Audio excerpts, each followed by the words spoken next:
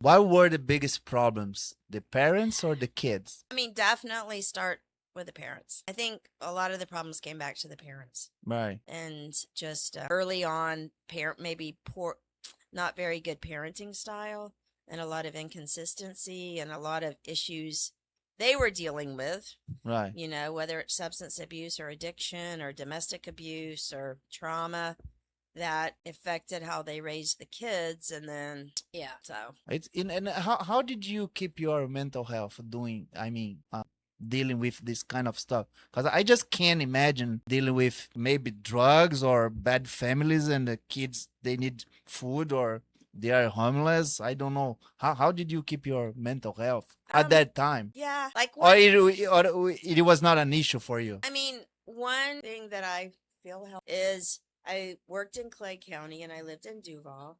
And I would have about a 40-minute drive home. And it was kind of like I kind of just left it behind as I drove for the most part. Of course, there were certain situations that, yeah, that were harder.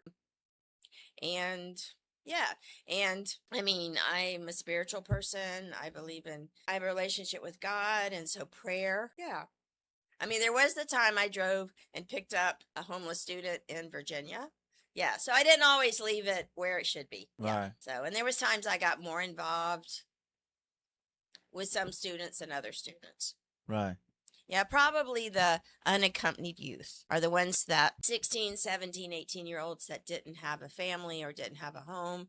Those were the ones that really were harder to like let go or to, separate from. Right. I thought you just would deal with the school problem, but Mm.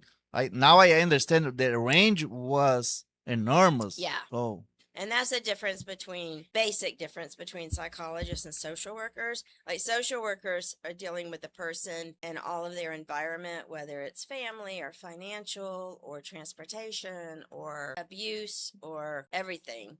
And the psychologist, so you're dealing with systems. Right. And the psychologist is more focused on the individual. Right. And the school counselors are more focused on educational things like testing and class schedules and having educational evaluations and doing paperwork.